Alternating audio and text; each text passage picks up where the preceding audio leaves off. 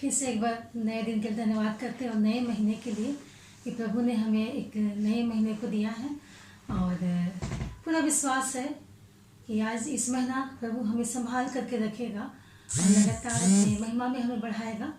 तो आज हमें सुंदर और नए महीने के लिए हम धन्यवाद करते हैं। जुलाई का महीना आज हमारी 1 तारीख है और प्रभु ने अनुग्रह किया है हम सबके जीवन में कि हम सुरक्षित रह करके इस नए महीने में प्रवेश कर पाए हैं। तो आज हम देखते हैं कि प्रभु हमसे क्या बात करना चाहता है। आज हम देखते हैं भजन संहिता और उसका 1 अध्याय और उसका 1 पद। भजन संहिता उसका 1 अध्याय उसका 1 पद, उसमें लिखा हुआ है, क्या ही धन्य है वह पुरुष जो दुष्टों की युक्ति पर नहीं चलता और न पापियों के मार्ग में खड़ा होता है और न ठट्ठा करने वालों की मंडली में बैठता है। क्या ही धन्य वह पुरुष जो दुष्टों की युक्ति नहीं चलता और न पापियों की मार्ग पर खड़ा होता है और न ठट्ठा करने वालों की मंडली में बैठता है। जी हाँ, आज कोई आपसे पूछेगा कि सफलता, तो आप क्या कहिएगा? सफलता का मतलब क्या होता है? आप कहिएगा सफलता का मतलब क्या होता है? आप क्या जवाब देंगे इस बारे में? एक जवान लड़के ने कहा कि बिजनेस में सफल होना ही मेरे लिए सफलता है। एक जवान लड़की ने कहा कि मेरा यह सपना है कि मेरा एक हंसता खेलता परिवार हो। लेकिन एक और लड़की ने कहा कि मेरे पास अपना घर, बंगला, गाड़ी हो, मैं बस अपने लिए जीना चाहती हूँ। लेकिन ना तो धन दौलत, ना परिवार, ना कामयाबी को सच्ची सफलता नहीं कहा जा सकता है। हम भजन संहिता उसका 1 अध्याय का 1 से 3 पद पढ़ते से मिलता है हमें, उससे मिलता है कि क्या ही धन्य पुरुष जो दुष्टों की युक्ति पर नहीं चलता और न पापियों की मार्ग में खड़ा होता है और न ठट्ठा करने वालों की मंडली में बैठता है, परंतु वो तो यहोवा की व्यवस्था से प्रसन्न रहता है और उसकी व्यवस्था पर रात दिन ध्यान करता है। और उस वृक्ष के समान है जो बहती नालियों के किनारे लगाया गया है और अपनी ऋतु में फलता है और जिसके पत्ते कभी मुरझाते नहीं। इसलिए जो कुछ वह पुरुष करे वह सफल होता है। जी हाँ, भजन संहिता 1 से 3 पद हमें बताती है। पवित्र बाइबल हमें इस विषय में बताती है कि कोई इंसान हमें ये जीवन में जो हमें सच्ची सफलता नहीं दे सकता है। जी हाँ, पवित्र बाइबल के अनुसार बहुत ज़्यादा धन दौलत जमा करना नहीं है। पवित्र बाइबल हमें इस बारे में बताती है। 1 तीमुथी उसका 6 अध्याय का 10 पद हम देखेंगे। 1 तीमुथी 6 अध्याय उसका 10 पद हम देखेंगे।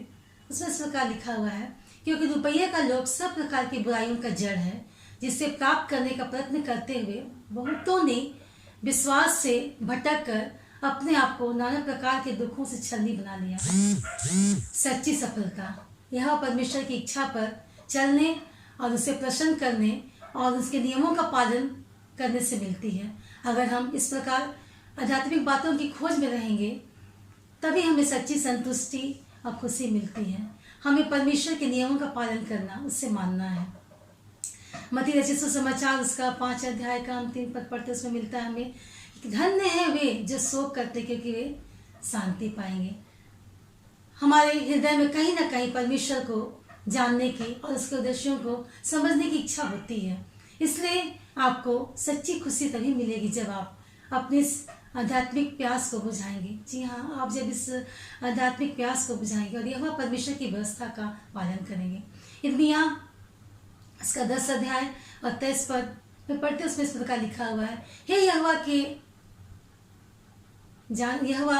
मैं जान गया हूँ कि मनुष्य का माल उसके वश में नहीं है। हे यहोवा मैं जान गया हूँ कि मनुष्य का माल उसके वश में नहीं है। मनुष्य चलता तो है परंतु उसके डर उसके अधीन नहीं है। जी हाँ, चाहे बुजुर्ग हो चाहे जवान हो, यह बात हर किसी पर लागू होती है। उसके मार्ग उसके वश में नहीं है। ना सिर्फ हमारे पास बुद्धि और अनुभव और ज्ञान की कमी है। जी हाँ, हमारे पास बुद्धि की और ज्ञान की और अनुभव की कमी है। भजन संहिता उसका 36 अध्याय का 9 पद पढ़ते उसमें मिलता है हमें, क्योंकि तेरे जीवन का सोता तेरे ही पास है, तेरे प्रकाश के द्वारा हम प्रकाश पाएंगे। वचन हमें बताती है कि परमेश्वर के पास हमारा जीवन का सोता है और हमें प्रकाश उसी की ओर से मिलेगी। यशायाह 48 उसका 17 पद पढ़ेंगे तो उसमें मिलता है, यहोवा जो तेरा छुड़ाने वाला है, इस्राएल का पवित्र है, वह यूँ कहता है, मैं तो तेरा परमेश्वर यहोवा हूँ, जो तुझे तेरे लाभ के लिए शिक्षा देता हूँ और जिस मार्ग में तुझे जाना है उसी मार्ग पर तुझे ले चलता हूँ। शायद आपको पता है कि ज़्यादातर जवान लोग नशीली दवाओं पदार्थों का सेवन करते हैं और अनैतिक कामों में फंसकर दुनिया के गंदे काम, नाना प्रकार की बुराइयों को करके अपने जीवन को लखों बर्बाद कर देते हैं। हमको भजन संहिता 36 अध्याय से और 2 पद में हमको पढ़ने को मिलता है। उसमें लिखा हुआ है, दुष्ट जन का अपराध मेरे हृदय के भीतर यह कहता है कि परमेश्वर का भय उसकी दृष्टि में नहीं, वह अपने अधर्म के प्रकट होने और घृणित ठहरने के विषय अपने मन में चिकनी चुपड़ी बातें विचारता है। कई जवानों में परमेश्वर का भय नहीं है। जी हाँ, बिल्कुल उनको भय नहीं परमेश्वर का और उनके अंदर कोई भक्ति नहीं है, इसलिए वे सोचकर खुद को बेवकूफ़ बनाते हैं। वे चाहते हैं कितने बुरे से बुरे काम क्यों ना करे, उसको कोई बोलने वाला नहीं है। लेकिन सच तो यह है कि आज नहीं तो कल उनको इस सच्चाई का सामना करना पड़ेगा। ये हमारे लिए बहुत ही दुख की बात है। गलातियों की पत्री उसका 6 अध्याय 7 और 8 पद पढ़ते हैं। उसमें लिखा हुआ है कि धोखा ना खाओ, परमेश्वर ठट्ठों में नहीं उड़ाया जाता है, क्योंकि मनुष्य जो कुछ बोता है वही काटेगा। जी हाँ, मनुष्य जो कुछ बोता वही काटे, क्योंकि जो अपने शरीर के लिए बोता है वह शरीर के द्वारा विनाश की कटनी काटेगा और जो आत्मा के लिए बोता है वह आत्मा के द्वारा अनंत जीवन की कटनी काटेगा। वचन हमें स्पष्ट रूप से बताती है कि अगर हम शारीरिक बातों को करेंगे तो हम अपने शरीर के अनुसार कटनी काटेंगे और अगर आत्मा की बातों को करेंगे तो हम अनंत जीवन की कटनी काटेंगे। भजन संहिता उसका 90 अध्याय उसका 10 पद में लिखा हुआ है, हमारी आयु के वर्ष 70 तो होते हैं और चाहे बल के कारण 80 भी हो जाए तो भी उनका घमंड केवल कष्ट और शोक का ही हो, वह जल्दी कट जाती है और हम जाते रहते हैं। यहाँ मूसा के द्वारा लिखा गया है, मूसा ने कहा इंसान मरने के बारे में कम सोचता है। जी हाँ, हम मरने के बारे में ज़्यादा नहीं सोचते। यही वजह है कि कई नौजवान ऐसी हरकतों को करते हैं मानो उनके जीवन में मृत्यु नहीं आएगी, मगर मूसा हमें इस कड़वी सच्चाई का एहसास दिला रहे हैं। हमारी ज़िंदगी बस 4 दिन की है, इसकी कोई गारंटी नहीं है, फिर चाहे वो हट्टे कट्टे क्यों ना हो। जी हाँ, ये वचन हमें बता रही है। भजन संहिता 90 अध्याय का 12 पद हम पढ़ते तो उससे मिलता है कि हमको अपने दिन गिनने की समझ दे कि हम बुद्धिमान हो जाए। इसलिए ज़िंदगी बहुत अनमोल है, तो आप किस तरह की ज़िंदगी जीना पसंद करेंगे। मूसा ने कहा यह कर करके प्रार्थना की। जी हाँ, मूसा ने यह करके प्रार्थना की कि हम अपने दिन गिनने की हमें समझ दे, हमें बुद्धिमान बना। इसका मतलब यह नहीं है कि आप हमेशा इसी चिंता में रहें कि आप कितने दिन जिएंगे। मूसा प्रार्थना कर रहा है अपने लोगों के लिए, प्रभु उन्हें ऐसी समझ दे ताकि अपने जीवन के एक एक दिनों को कीमती, जी हाँ, एक एक दिनों को कीमती समझकर यहोवा की स्तुति के लिए इस्तेमाल करें। यह विशेषकर जवानों के लिए एक सलाह के रूप में है। जी हाँ, इस समय जबकि हमारे सब जवान इन सारे बातों से वे लोग परे रहते हैं, दूर रहते हैं। जी हाँ, उनके लिए विशेषकर ये बातें आज का वचन प्रभु बोलता है।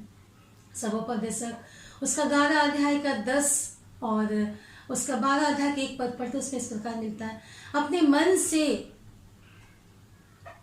खेल और अपनी देह से दुख दूर कर, क्योंकि लड़कपन और जवानी दोनों व्यर्थ है, और अपनी जवानी के दिनों में अपने सृजनहार का स्मरण रख, इससे पहले कि विपत्ति के दिन और वे वर्ष आए जिनमें तू कहे कि मेरा मन इसमें नहीं लगता है। जी हाँ, ये हमारे जवानों के लिए वचन कहा गया है कि जवान अपने जवानी के दिन अपने सृजनहार को स्मरण रखे ताकि वे इन विपत्तियों से बचाए जाएं। अपने सृजनहार को स्मरण रखने का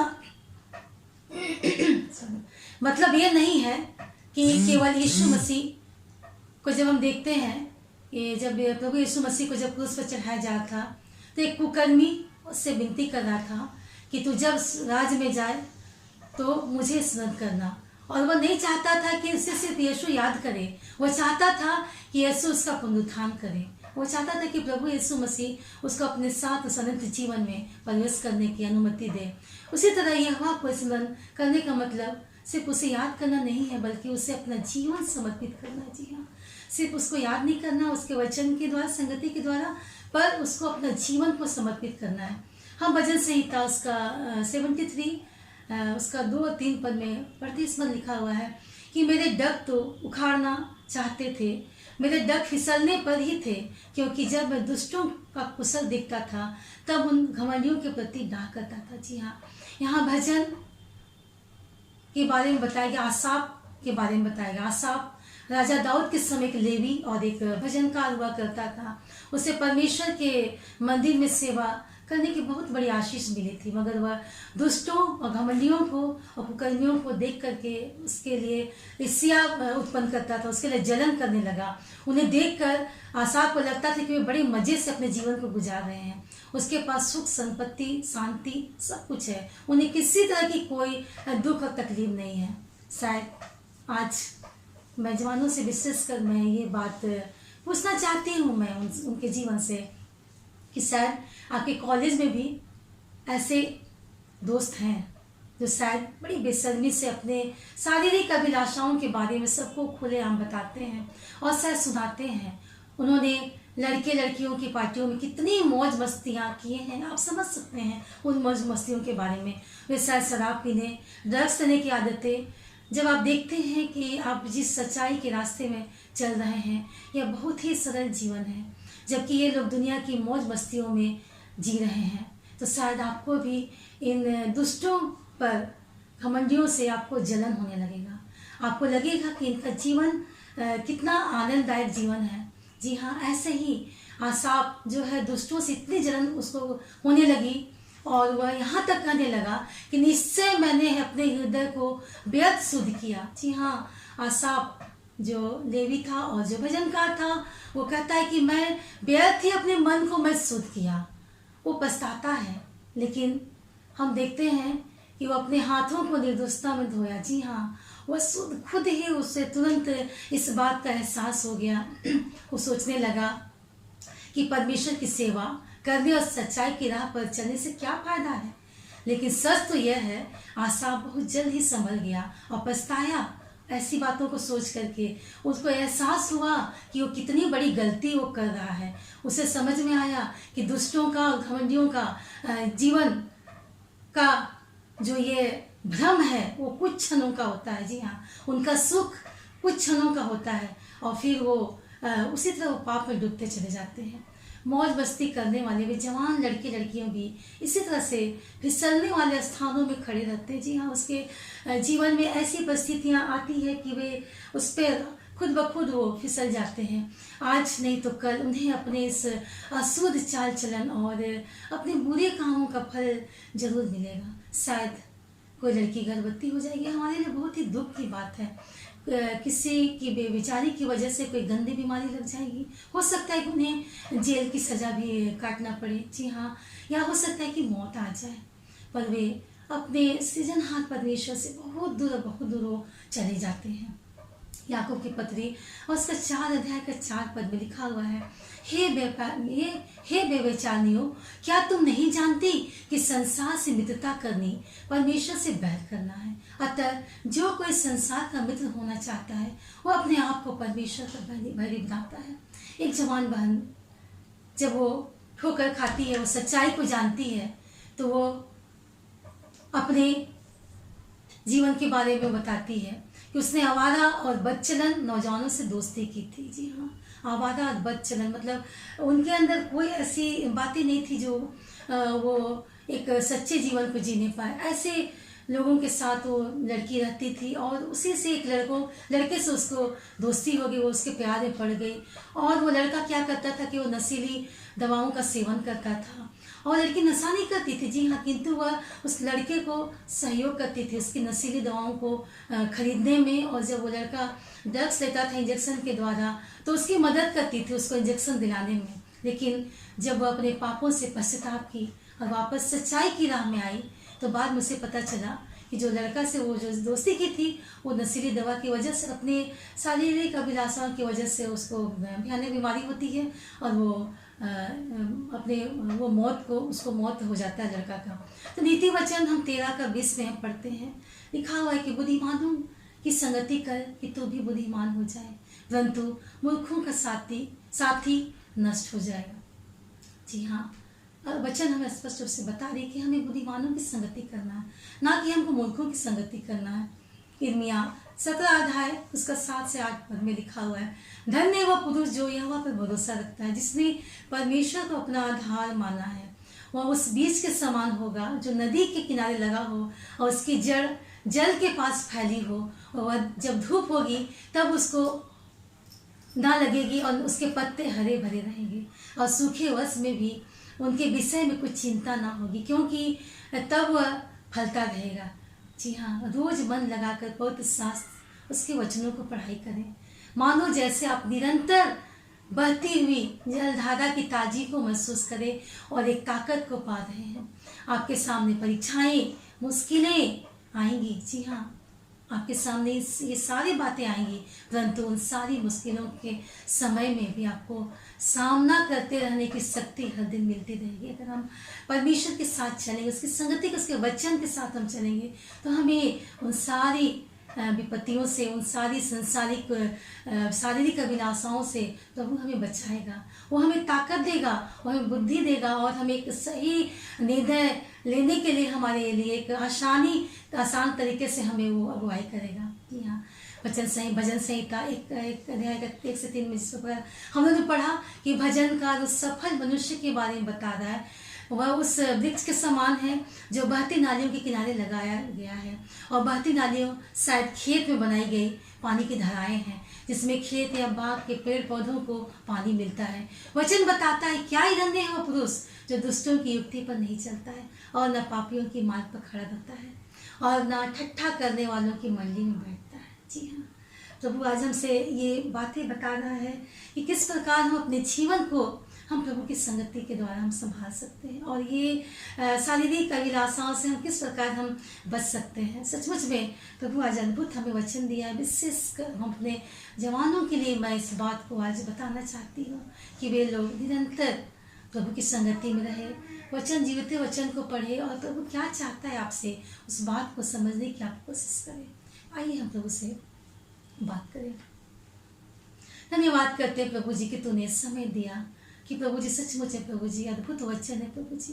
क्या ही धन्य हो प्रभु जी, दुष्टों की युक्ति पर नहीं चलता है। हाँ प्रभु जी, सचमुच है प्रभु जी, समय जबकि प्रभु जी हमारे बच्चे प्रभु जी, जवान बच्चे पिता परमेश्वर शायद इस संगति में नहीं रह पाते हैं प्रभु जी, और उनके पास इस संगति का अभाव है पिता परमेश्वर, और उनके पास समझ और बुद्धि नहीं प्रभु जी, वो बुरी संगति में फंसते चले जाते हैं और अपने जीवन को पूरी तरह से प्रभु जी अंधकार में प्रभु जी डुबा देते हैं, अपने आप को बर्बाद कर देते हैं पिता परमेश्वर।